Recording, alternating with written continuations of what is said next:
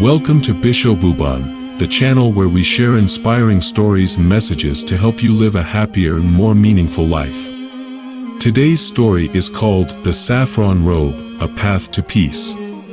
It's about a young man who went on a journey to find peace and happiness, and met a monk who taught him the wisdom of the Buddha. Let's begin. There was once a young man named Ravi. He lived in a big city with his parents and sister. He had a good job, a nice car, and many friends. He seemed to have everything he wanted in life. But Ravi was not happy. He felt restless and dissatisfied. He always wanted more money, more fame, more pleasure. He was always chasing after things that did not last. He was always worried about the future and regretful of the past. He did not know how to enjoy the present moment.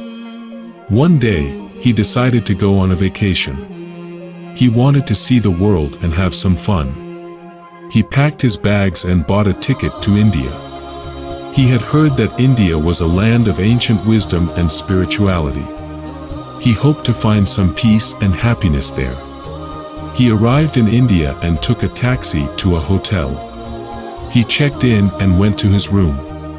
He looked out of the window and saw a busy street full of people, cars, and noise.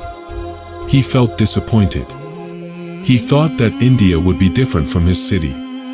But it looked just the same. He decided to go out and explore the city. He walked around and saw many shops, temples, and monuments. He bought some souvenirs and took some pictures. He ate some spicy food and drank some sweet tea. He enjoyed himself for a while, but soon he got bored. He felt that there was nothing new or exciting in the city. He felt that he had wasted his time and money. He decided to go back to his hotel and rest. He took a taxi and told the driver to take him to his hotel. The driver nodded and drove away. But after a few minutes, Ravi realized that the driver was not taking him to his hotel. He was taking him to a different part of the city. Ravi asked the driver where he was going. The driver said that he was taking him to a special place. He said that he knew what Ravi was looking for. He said that he could show him the way to peace and happiness. Ravi was curious and suspicious. He did not know what the driver was talking about. He did not know where he was taking him. He did not know if he could trust him. He wanted to tell him to stop and take him back to his hotel. But he also wanted to see what the driver had to offer. He decided to go along with him and see what would happen. The driver drove for a long time. He left the city and entered the countryside. He drove through fields, forests, and hills. He drove until he reached a small village. He stopped the car and told Ravi to get out. He said that they had arrived at their destination. He said that he would wait for him in the car. He said that Ravi should go and meet the person who could help him. Ravi got out of the car and looked around. He saw a simple and peaceful village. He saw a few houses, a well, a pond, and a tree. He saw some children playing, some women washing clothes, and some men working in the fields. He saw some cows, goats, and chickens. He saw a clear sky, a bright sun, and a gentle breeze. He felt a calm and serene atmosphere. He felt a contrast and a connection with the city. He wondered who the person was that the driver wanted him to meet. He wondered where he was and how he could help him. He walked towards the tree and saw a man sitting under it. He saw that the man was wearing a saffron robe. He saw that the man had a shaved head and a calm face. He saw that the man was holding a bowl and a staff. He saw that the man was a monk. Ravi approached the monk and greeted him. The monk smiled and greeted him back. He asked him who he was and where he came from. Ravi told him his name and his city. He told him that he was on a vacation and that he was looking for peace and happiness. He told him that the driver had brought him to the village and had told him to meet the monk. The monk nodded and invited him to sit with him. He said that he was glad to meet him and that he was happy to help him. He said that he was a follower of Gautam Buddha, the enlightened one. He said that he had left his home and family to become a monk. He said that he had renounced the world and its pleasures to seek the truth and its bliss. He said that he had found peace and happiness in the teachings of the Buddha. He asked Ravi if he knew anything about the Buddha and his teachings. Ravi said that he had heard of the Buddha and his teachings, but he did not know much about them. He said that he was interested to learn more about them. He said that he wanted to know how the monk had found peace and happiness in the saffron robe. The monk smiled and said that he would tell him. He said that the Buddha had taught that the cause of suffering was desire. He said that desire was the craving for things that were impermanent, unsatisfactory, and not self. He said that desire led to attachment, aversion, and ignorance.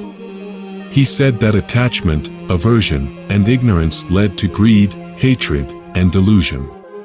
He said that greed, hatred, and delusion led to suffering. He said that the Buddha had taught that the end of suffering was nirvana. He said that nirvana was the cessation of desire.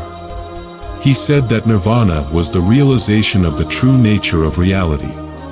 He said that nirvana was the attainment of wisdom, compassion, and freedom. He said that nirvana was peace and happiness. He said that the Buddha had taught that the way to nirvana was the Noble Eightfold Path. He said that the Noble Eightfold Path was the path of right understanding, right intention, right speech, right action, right livelihood, right effort, right mindfulness, and right concentration. He said that the Noble Eightfold Path was the path of morality, meditation, and wisdom. He said that the Noble Eightfold Path was the path of the saffron robe. He said that he had followed the Noble Eightfold Path and had worn the saffron robe. He said that he had practiced morality, meditation, and wisdom. He said that he had cultivated virtue, concentration, and insight.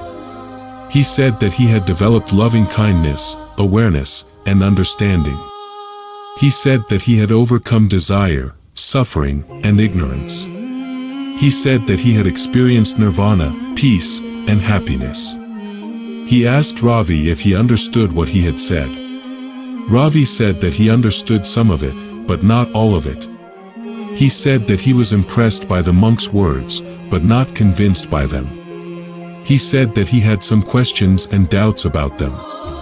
He said that he wanted to ask the monk some questions and hear his answers. The monk smiled and said that he was happy to answer his questions and clear his doubts.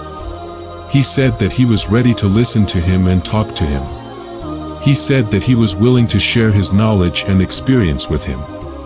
He said that he was eager to help him find peace and happiness. Ravi thanked the monk and said that he appreciated his kindness and generosity. He said that he respected his faith and wisdom. He said that he admired his courage and happiness. He said that he wanted to learn from him and be like him. He asked the monk his first question. He asked him how he could renounce the world and its pleasures. He asked him how he could leave his home and family. He asked him how he could give up his money and possessions. He asked him how he could live a simple and austere life. He asked him how he could wear the saffron robe. The monk answered his question. He said that he could renounce the world and its pleasures because he had seen their impermanence, satisfactoriness, and not self. He said that he had seen that the world and its pleasures were changing, suffering, and empty. He said that he had seen that the world and its pleasures were not worth clinging to, not worth craving for, not worth suffering for. He said that he could leave his home and family because he had seen their impermanence, satisfactoriness, and not self. He said that he had seen that his home and family were changing, suffering, and empty. He said that he had seen that his home and family were not his refuge, not his happiness. He said that he could give up his money and possessions because he had seen their impermanence, satisfactoriness, and not self. He said that he had seen that his money and possessions were changing, suffering, and empty. He said that he had seen that his money and possessions were not his security, not his joy. He said that he could live a simple and austere life because he had seen its permanence, satisfactoriness, and self. He said that he had seen that a simple and austere life was unchanging, blissful, and full. He said that he had seen that a simple and austere life was his freedom, his peace,